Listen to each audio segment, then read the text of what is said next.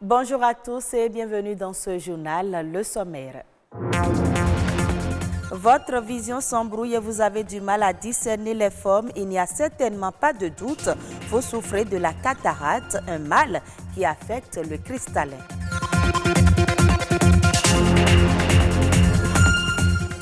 L'agriculture et l'écologie, deux alliés pour renforcer le système alimentaire au Bénin. Les acteurs de la chaîne y réfléchissent à l'occasion d'une caravane organisée à Cotonou. Et puis la lutte contre le chômage passe par la formation professionnelle, une formation qui offre des qualifications dans un domaine bien précis. Un spécialiste nous en dira plus dans ce journal.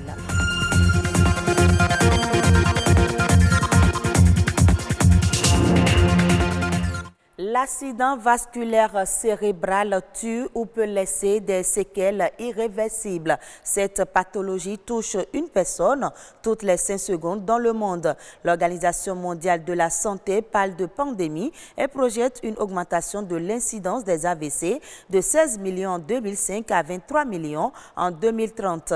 Agir vite pour le cerveau, tel pourrait être le mot d'ordre de la journée de l'AVC, célébrée chaque 29 octobre. L'objectif principal de cette journée est essentiellement de sensibiliser le maximum de personnes à cette grande cause de santé publique. Il s'agit d'une urgence médicale et il est primordial de diriger rapidement les patients atteints vers un centre de santé pour leur prise en charge rapide et efficace. Vous souffrez de baisse de la vue, de brouillard ou d'éblouissement à la lumière vive? Eh bien, sachez-le, vous souffrez de la cataracte. Cette maladie de la vision est une affection due au développement d'opacité sur le cristallin. Le seul traitement possible est la chirurgie. Comment contracte-t-on la cataracte et peut-on la prévenir?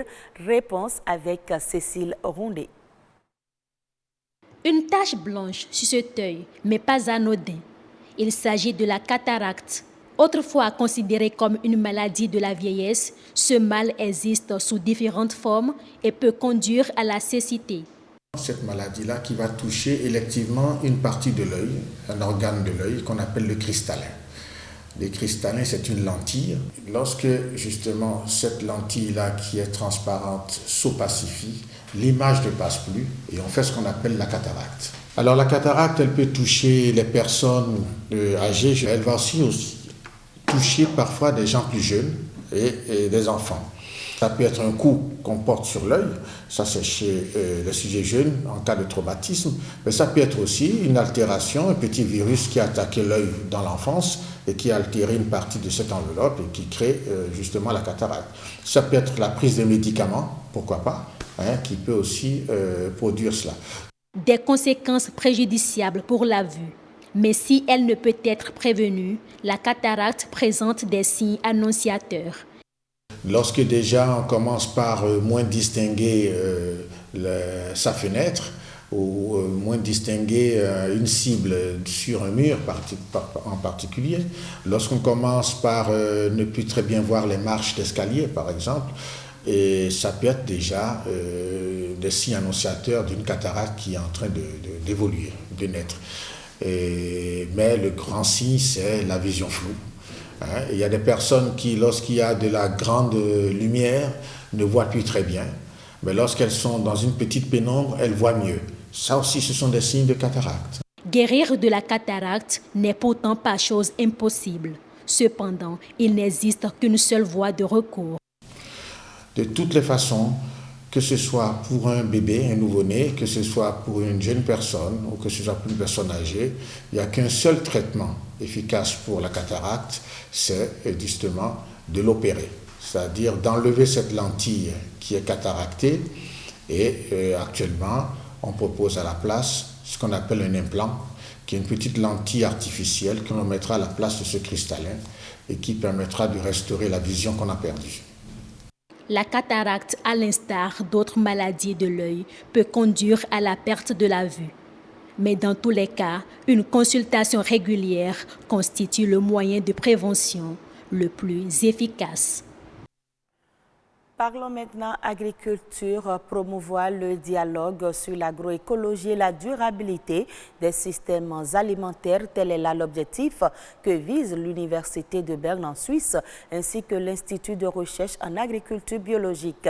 Ils ont initié une caravane dénommée Caravane des systèmes alimentaires qui s'est tenue au Mali, au Burkina Faso et au Ghana. La destination à suivre est le grand voisin de l'Est, mais avant, une pause est marquée au Bénin. Le thème qui a retenu l'attention des chercheurs est agroécologie et sa contribution alimentaire au Bénin. Les détails dans ce reportage de Rodrigue Babagbeto. La FAO le notifie dans son rapport sur l'état de la sécurité alimentaire et de la nutrition dans le monde en 2019.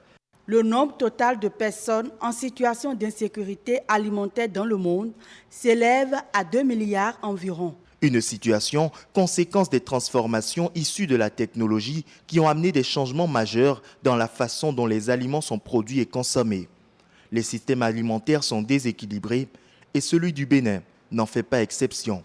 Les mêmes types de problèmes qu'on a au Bénin, on a aussi un peu partout. C'est que les systèmes alimentaires ne sont pas durables.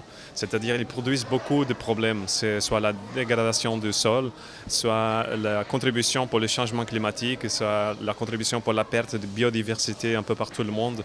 Et ceci suscite plusieurs interrogations et approches de solutions. Comment faire l'agriculture tout en respectant l'environnement? Une agriculture respectueuse de l'environnement, mais qui donne des résultats de durabilité. Donc comment est-ce que nous allons manger sainement à partir de la valorisation de certains insectes dans l'alimentation. Et bien entendu, tout ce qu'ils ont comme sous-produits, nous allons les valoriser dans la fertilité des sols pour produire encore d'autres vivres. Le programme Recherche pour le développement en Afrique de l'Ouest, R4D, initie des séries de partage d'expériences entre chercheurs et organisations locales.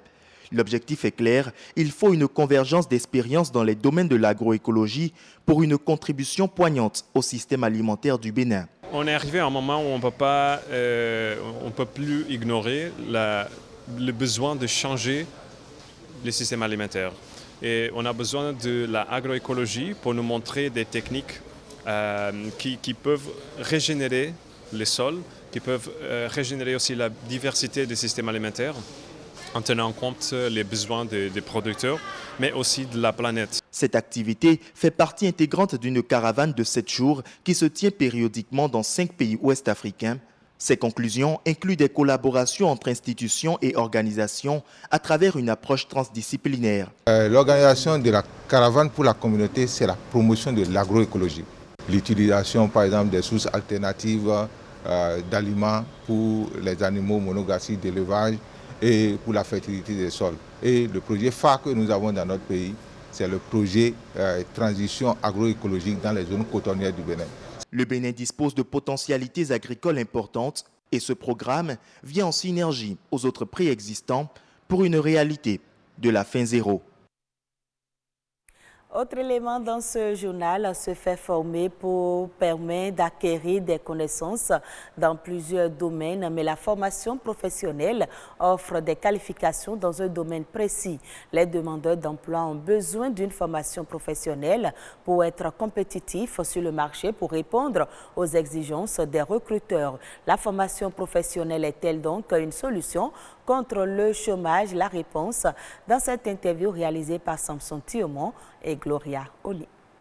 La formation générale, c'est qu'elle est générale et au bout du compte, vous n'êtes pas en mesure de dire voici ce que j'ai appris et voici ce que je peux faire.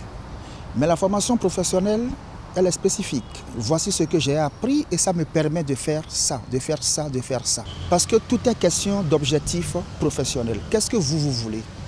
Quel est votre objectif? Vous voulez aller où? Vous voulez faire quoi? C'est une question de motivation. Il y a des gens qui décident d'aller dans la recherche. Ils savent pourquoi et c'est parce qu'ils en ont la passion, la motivation. Donc, la question c'est que lorsque vous faites une formation professionnelle, dans 99% des cas, vous avez un savoir-faire. Et c'est grâce au savoir-faire qu'on peut travailler pour son propre compte ou pour le compte d'autrui. Aujourd'hui, lorsque vous embrassez une formation professionnelle, la probabilité pour que vous ne chômiez pas, elle est très forte. comparé à la formation d'ordre généraliste. Parce que le marché est comment? Lorsque tu cherches du travail, on va te poser une question. Qu'est-ce que tu veux faire? Et ce que tu veux faire, est-ce que tu sais le faire? Est-ce que tu en as les savoir-faire? Toute la question est là. Celui qui a fait une formation d'ordre général va d'abord se grasser la tête. Il va dire, il va commencer par tituber. Or, celui qui a fait une formation professionnelle, la réponse est nette. Recherche d'emploi, c'est une offre de compétences. Compétences, certes en termes de savoir, mais bien plus en termes de savoir-faire. Lorsque vous avez une formation professionnelle, vous devez encore la cultiver pour que vous soyez bien pointu dans votre secteur. Parce que nous sommes sur un marché hautement concurrentiel. Aujourd'hui, ce que vous avez appris, il faut être en mesure de bien le faire. Parce que vous n'êtes pas le seul sur le marché. Bien le faire, soit pour ton propre compte, alors tu es dans l'auto-emploi, l'emploi indépendant, ou pour le compte d'autrui, et c'est parce que tu sais bien le faire qu'il va te payer un salaire. Créer des opportunités en faveur des jeunes et des femmes au Sénégal, c'est l'objectif du projet Compass. Une réunion a réuni les principaux acteurs autour de la question.